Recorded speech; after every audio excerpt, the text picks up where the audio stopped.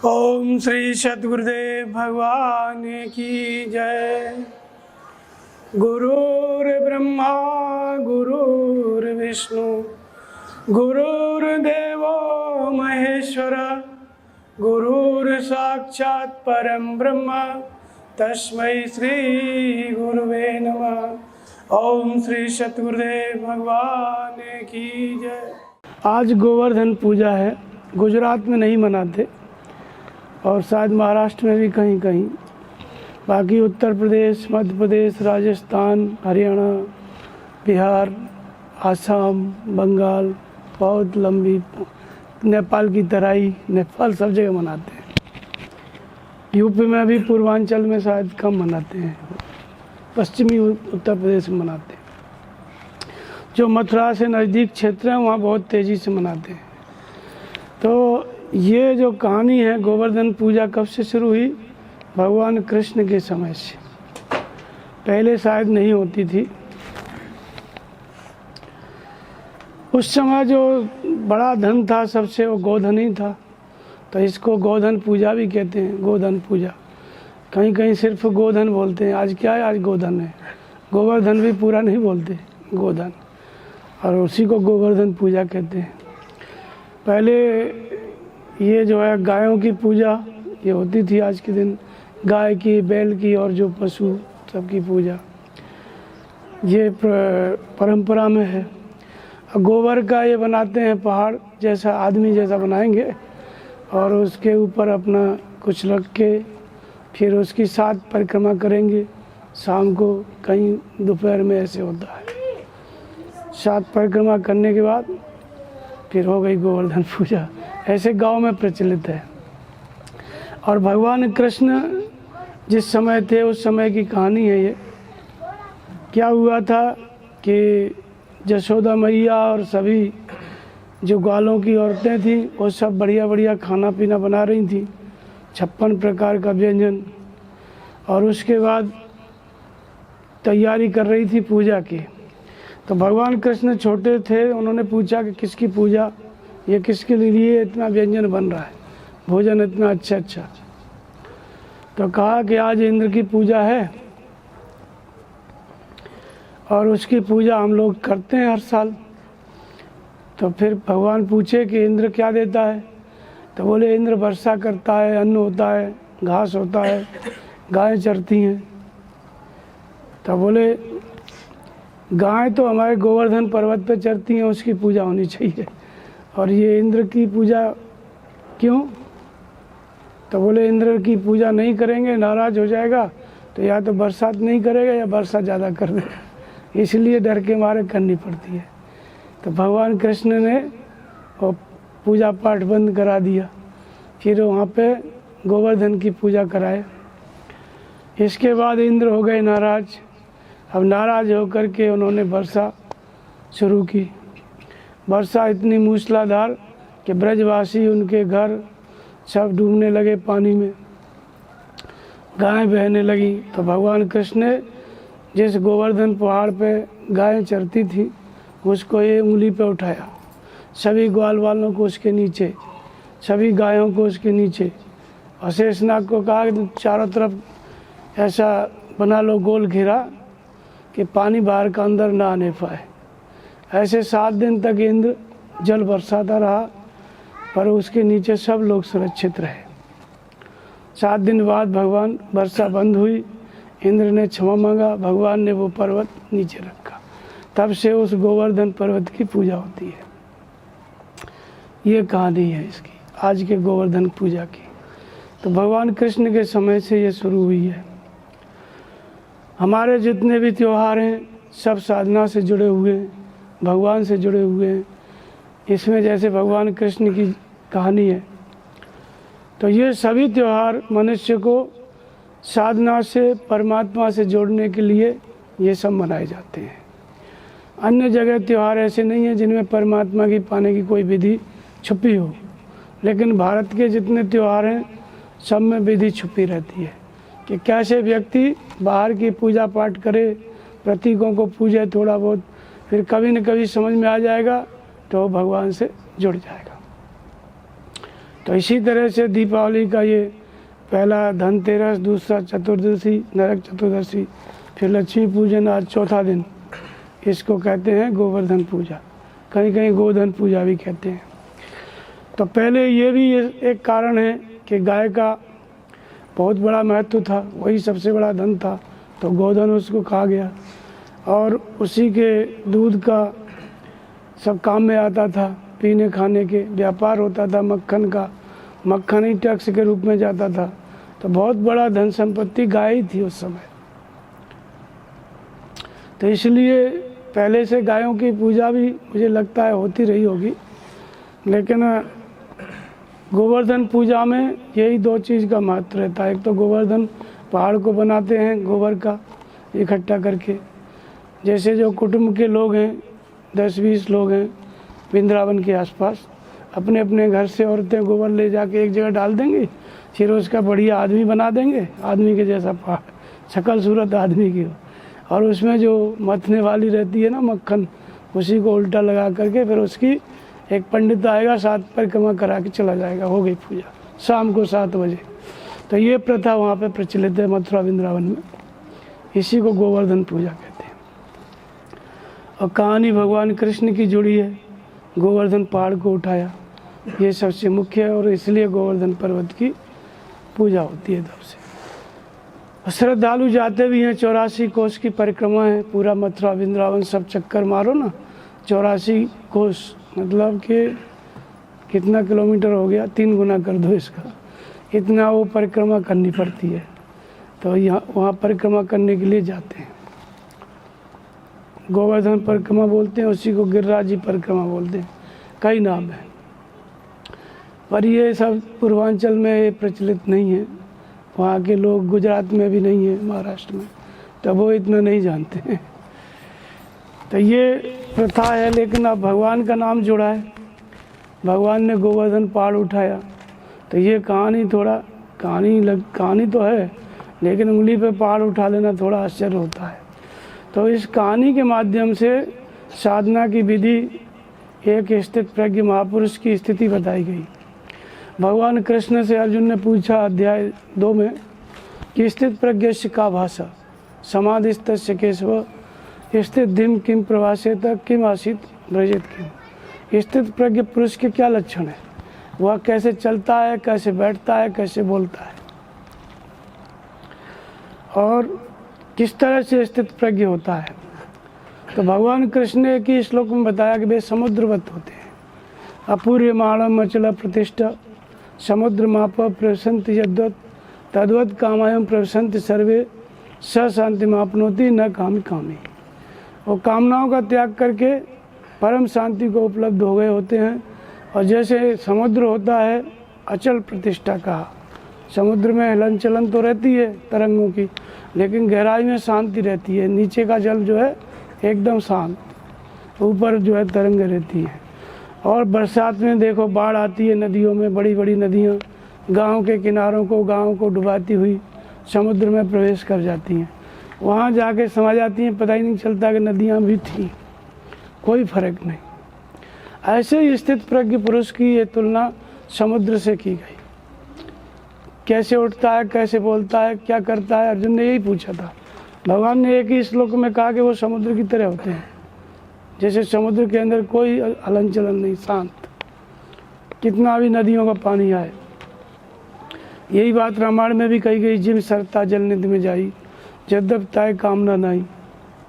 ऐसे ही तिम सुख संपद विनय बुलाएं धर्मशील पर जाए सुहाए। ऐसे ही सुख संपत्ति बड़े वेग से धर्मशील जो महापुरुष होता है सत्य में प्रतिष्ठित, उधर दौड़ती है, लेकिन उनके अंतःकरण की परम शांति को भंग नहीं कर पाती। तो स्थित प्रज्ञ पुरुष का लक्षण बताया, और फिर बताया कि इंद्रियाणाम ये चरताम यन मनो न विधीयते तदश्चरत प्रज्ञाम वायुर्नावम इवाम वसी।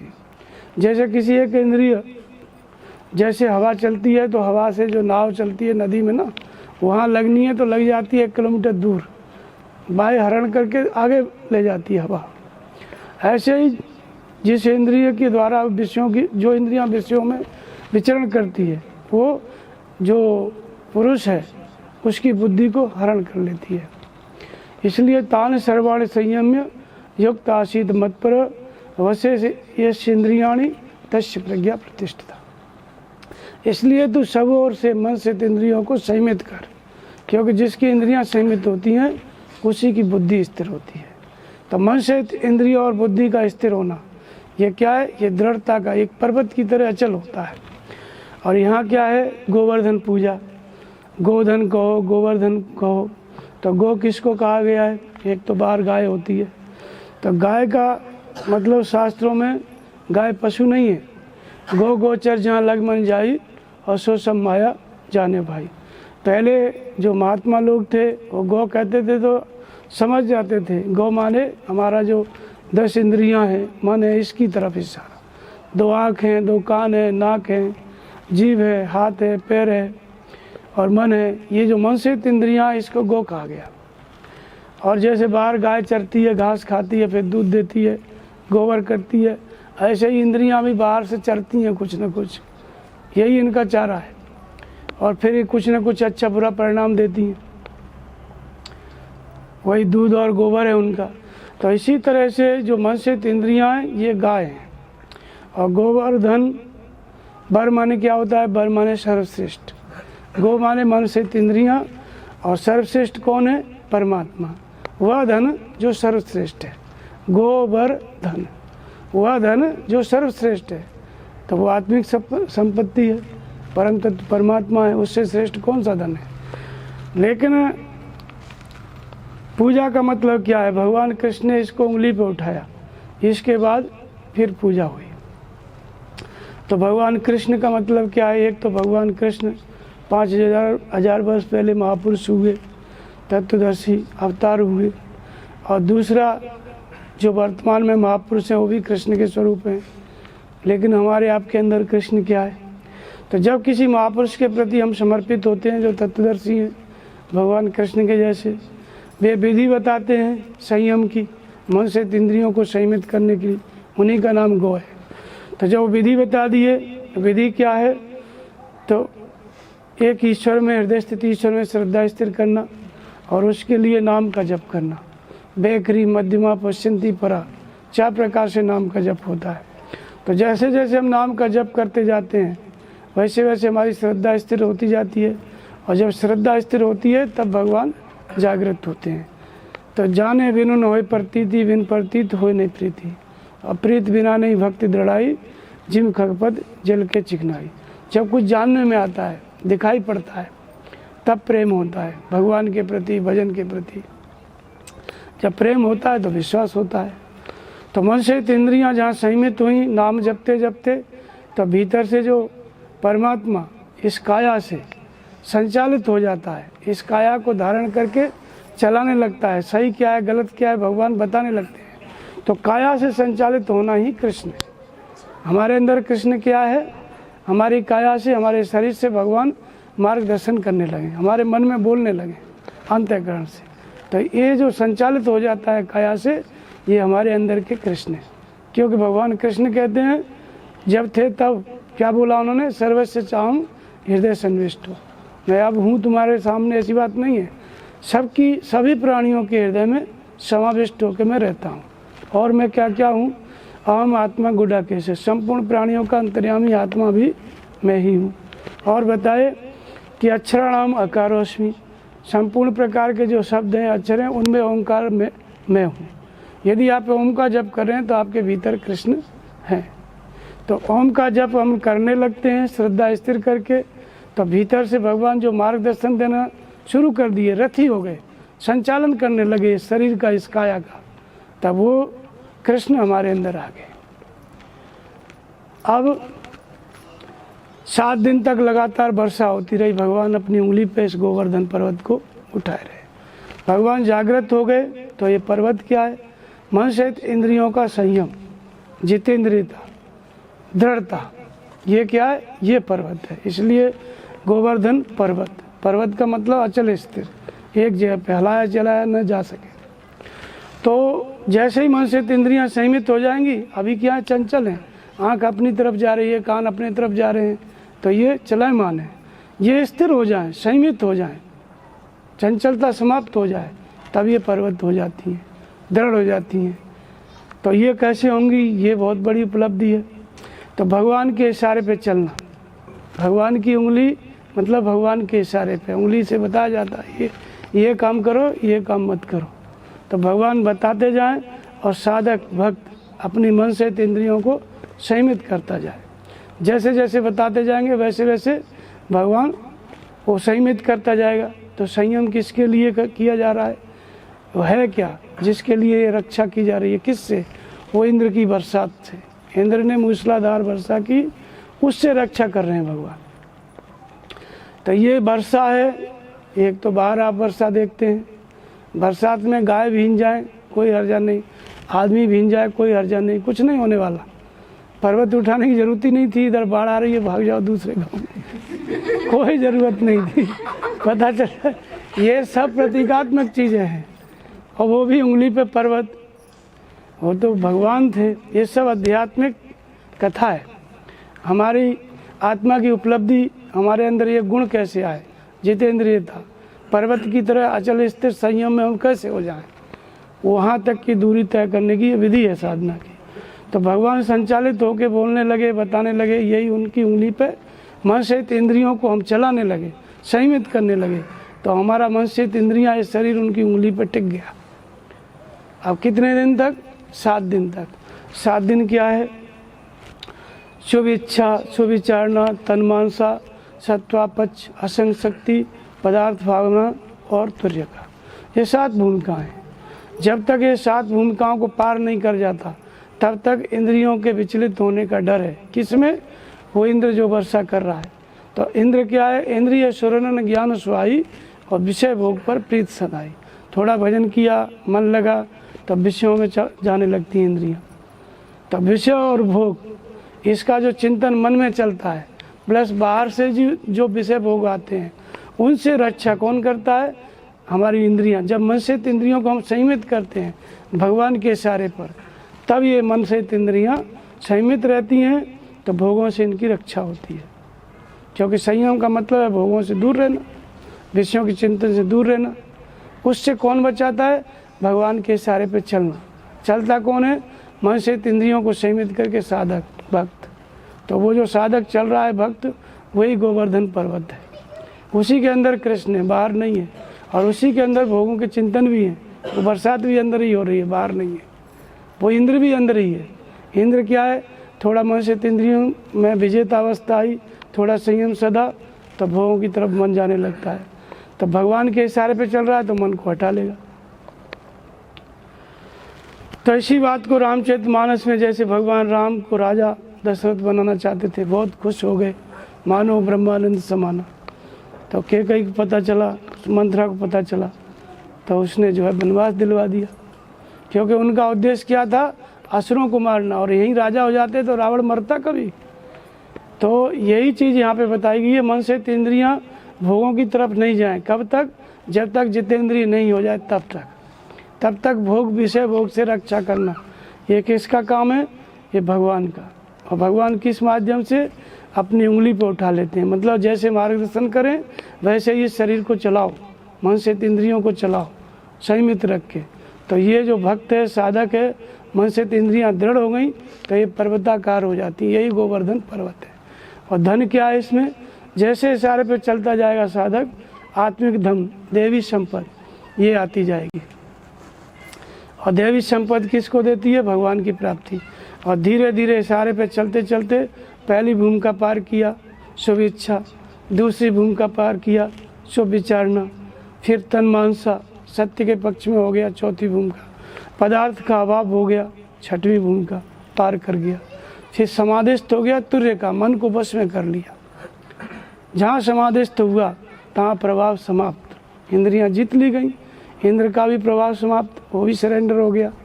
और भगवान ने पर्वत को नीचे रख दिया, तब से पूजा होने लग गई। तो जो 7 भूमिकाओं को पार कर जाता है, मन से इंद्रियों को जीत लेता है, स्थित प्रज्ञ हो जाता है, समाधिस्थ हो जाता है, वो इस संसार में गोवर्धन पर्वत का रूप हो जाता है। मन से इंद्रियों के अंतराल में परम धन परमात्मा का वास हो जाता है और अचल स्थित उसकी परमात्मा में, ब्रह्म में स्थिति हो जाती है। तो वो पूजनीय हो जाता है। उसकी आंतरिक स्थिति है गोवर्धन पर्वत, न कि बाहर पर्वत। बाहर तो एक प्रतीक है, वो पर्वत की तरह आंतरिक स्थित प्रज्ञ स्थिति है जिसका नाम गोवर्धन पर्वत है। फिर उसकी पूजा होती है, फिर वो महापुरुष पूजनीय हो जाता है। तो इसलिए भगवान कृष्ण ने ऐसा नहीं था कि ये पहाड़ की पूजा करो। जो मन से इंद्रियों को सीमित कर लिया, जितेंद्रिय हो गया, जिसकी बुद्धि स्थिर हो गई, स्थित प्रज्ञ हो गया, वो गोवर्धन पर्वत है, वो महापुरुष गोवर्धन पर्वत है। उसकी पूजा के लिए भगवान कहते हैं। तो इसलिए 7 दिन तक 7 भूमिकाओं को पार करने के बाद ये स्थिति आती है। और आज के दिन इसी को कहते हैं अन्नकूट महोत्सव भी कहते हैं। तो अन्नकूट महोत्सव भी इसी को कहा गया। अन्नकूट जो है पहले से मनाया जाता था, गोवर्धन पूजा बाद में हुई, दोनों मिलके एक ही दिन हो गए, क्योंकि जो अन्न और जो पकवान बनाए जा रहे थे वो अन्नकूट था। उनको भगवान ने क्या है, गोवर्धन पर्वत की पूजा में लगा दिया। तो अन्न का मतलब क्या है? एक तो अन्न होता है दाल रोटी चावल हम लोग खाते हैं, ये शरीर जीवित रहता है, वो भी जरूरी है। लेकिन वो अन्न हो चाहे शरीर हो, कण कण में व्याप्त कौन सी सत्ता है? ब्रह्म। तो अन्नम ब्रह्मेति व्यजनाति, ये ब्रह्म ही अन्न है। जब कण कण में व्याप्त परम तत्व परमात्मा है, वही एकमात्र अन्न है। तो उसको खाता कौन है? तो प्राण अपान समायुक्ता पचामि अन्नम चतुर्विधम अहम वैश्वानरो भूत्वा प्राणनाम देह मासता। प्राण अपान समायुक्ता पचामि अन्नम चतुर्विधम, 4 प्रकार की विधि से इस अन्न को मैं पचाता हूँ, भगवान कहते हैं। तो अन्न क्या है? ब्रह्म ही अन्न है। लेकिन उस ब्रह्म को हम लोग ग्रहण कैसे करते हैं? हमारे शरीर में मन में वो ब्रह्म आता कैसे है? तो नाम जप के द्वारा। नाम जप की 4 अवस्थाएं, बेखरी मध्यमा पश्चंती परा। बेखरी से नाम जप को हम जीव से ग्रहण करते हैं, अंदर लेते हैं, जैसे ओम ओम ओम इत्येक अक्षरम ब्रह्म। ये जो ओम क्या है? यही अच्छे अविनाशी ब्रह्म का नाम है। और इसको हम ग्रहण करने लगे, जपने लगे, तो समझो हम ब्रह्म को ग्रहण करने लगे भोजन के रूप में। उसी को कहते हैं भजन ही भोजन है। जिससे तृप्ति किसकी होती है? आत्मा की, शरीर की नहीं, आत्मा की तृप्ति होती है। किससे? नाम जप रूपी अन्न को ग्रहण करने से। तो यही ब्रह्म है, यही अन्न है। अब इस अन्न में अन्नकूट क्या है, फिर कूट क्या है? इस अन्न में, इस अविनाशी ब्रह्म में हमारा चित्त स्थिर हो जाता है, कूटस्थ हो जाता है। ये कब संभव होता है? बेखरी से जपेंगे तभी भी कूटस्थ नहीं होगा। फिर मध्यमा आती है, धीरे धीरे जपते हैं, अपने ही मन में बोलो, अपनी जीभ से बोलो, अपने ही सुनो, दूसरा न सुनने पाए, उसको कहते हैं मध्यमा। और सूक्ष्म अवस्था आ गई तो पश्चंती। पश्चिम माने देखना। किसको देखना? श्वास को देखना। ये श्वास बाहर संसार से जुड़ी हुई है और भीतर परमात्मा से जुड़ी हुई है। ये ब्रिज है, सेतु है। बाहर दौड़ोगे तो संसार मिलेगा इसी श्वास के चलते चलते, और भीतर जाओगे इस श्वास पे, इसको देखोगे तो परमात्मा मिलेगा। तो ये भीतर परमात्मा से जुड़ी है, बाहर संसार से, ये ब्रिज है। तो तीसरा नाम का जप होता है, ब्रह्म को ग्रहण करते हैं हम पश्चंती के नाम के जप के द्वारा। बुद्ध ने इसको पानापान कहा है, श्वसन क्रिया कहा है, गीता में प्राणापान का यज्ञ कहा है। ये सबसे महत्वपूर्ण जप है और यहीं से वो अन्न पचता है। जो ब्रह्म रूपी अन्न है, यहीं से ग्रहण होकर पचना शुरू होता है। श्वास अंदर गई तो दूसरे विचारों को नहीं आने देना, तो अंदर भगवान का नाम चला गया तो पच गया, तो उसके द्वारा क्या बनेगा? ईश्वरीय गुण बनेंगे। बाहर श्वास आई तो दूसरे विचार नहीं आने दिए तो पच गया, अन्य विचार समाप्त हो गए। तो इस तरह से पचने लगता है। बैखरी मध्यमा पश्चंती, जब पचने लगा तो ब्रह्म के सद्गुण हमारे अंदर प्रकट होने लगते हैं, जागृत होने लगते हैं, और परा की परिपक्व अवस्था में जाकर के अन्न पूरी की पूरी तरह से पच जाता है। वह ब्रह्म जो ग्रहण करने वाला है, नाम जपने वाला है, जो मन की दृष्टि सूरत यही ग्रहण करती है, इसी को ग्रह कहते हैं, इसी को ग्रहण ही कहते हैं। ग्रहण कौन करता है? सूरत। ये सूरत स्थिर हो जाती है परा की परिपक्व अवस्था में। श्वास अंदर गई तो बाहर आई तो अन्य विचार शांत हो गए। यहाँ जाकर के ब्रह्म रूपी अन्न ये ग्रहण कर लिया गया और इसके द्वारा हमारी जो आत्मा है वो सदा सदा के लिए तृप्त हो जाती है। हमारा चित्त यहाँ जाकर के कूटस्थ हो जाता है। जो चंचलता थी वो समाप्त हो जाती है, स्थिर हो जाता है। कूटस्थ माने स्थिर हो जाना, फिर ये विचलित नहीं होता है। इसी को कहते हैं अन्नकूट महोत्सव। महोत्सव इसलिए कहा गया कि जिसका चित्त सत्य में, ब्रह्म में, आनंद में कूटस्थ हो गया, स्थिर हो गया, उससे बड़ा आनंद और क्या है, उससे बड़ा महोत्सव और दुनिया में दूसरा कुछ नहीं है। तो बहुत प्रकार के अन्नों को बना के खाना एक प्रतीक है, और ब्रह्म रूपी अन्न को ग्रहण करने के लिए, और इसके लिए हमको नाम जप शुरू करना पड़ेगा, तो ये ग्रहण होने लगेगा अन्न, ब्रह्म रूपी अन्न। नाम जप कब तक चलता है? परावाणी की अवस्था। परावाणी की परिपक्व अवस्था में ये ब्रह्म पच जाता है, और ब्रह्म के गुण जप करने वाले साधक में, भक्त में प्रकट हो जाते हैं। जो जप कर रहा था, भजन कर रहा था भक्त, अब भगवान से संयुक्त होकर के वो भी भगवत स्वरूप हो जाता है। समझो, वो भगवत स्वरूप हो गया तो ब्रह्म रूपी अन्न पच गया, उसका चित्त कूटस्थ हो गया। इसी अवस्था को अन्नकूट महोत्सव कहा गया। दोनों का अर्थ एक ही है। अब मन से इंद्रियां जीत ली गई, जितेंद्रियता आ गई, तो गोवर्धन पर्वत हो गया, बुद्धि स्थिर हो गई। तो स्थित प्रज्ञ समाधिस्थ पुरुष क्या है? वो गोवर्धन पर्वत है। तो उसकी पूजा के लिए भगवान ने कहा, किसी पहाड़ की पूजा के लिए कोई महापुरुष क्यों कहेगा कि तुम इस पहाड़ पत्थर को पूजो?